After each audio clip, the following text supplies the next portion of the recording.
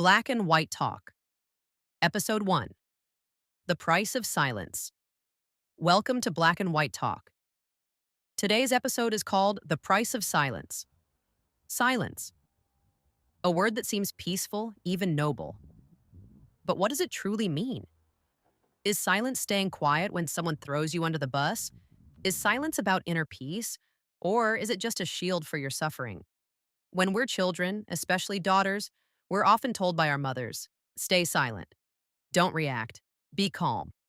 And yes, sometimes that silence is wise. You don't need to waste energy on people who don't deserve a response. But what happens when that silence becomes your only response?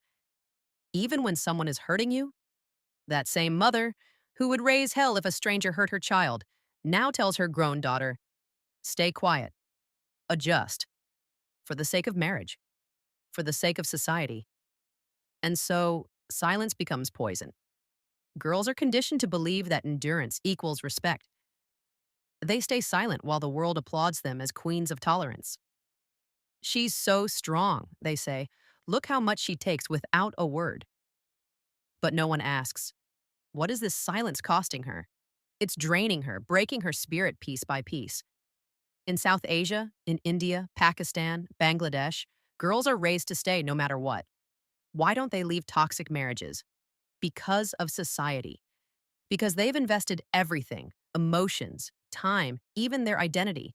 They want to fix what's broken. But at what cost? Marriage isn't meant to be silent endurance of abuse. It's meant to be a balance, a partnership. When that's gone, silence is not patience.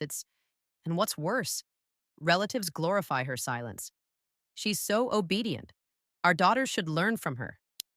But are you blind? Do you see what this silence is doing to her mind, her health, her soul? She's not a goddess. She's a wounded woman hiding behind culture's expectations. Let me say this. In Islam, silence in the face of abuse is not a virtue. The Prophet married a divorcee with children and loved them as his own. He never allowed injustice. So why do we, in the name of culture, or force our daughters to suffer? Silence is not always golden. Sometimes silence is the costliest poison we pay for. Silence is not always golden. Sometimes it's rusted pain disguised. In families, silence is tradition. In society, silence is complicity. We teach our daughters to endure. We should teach them to express.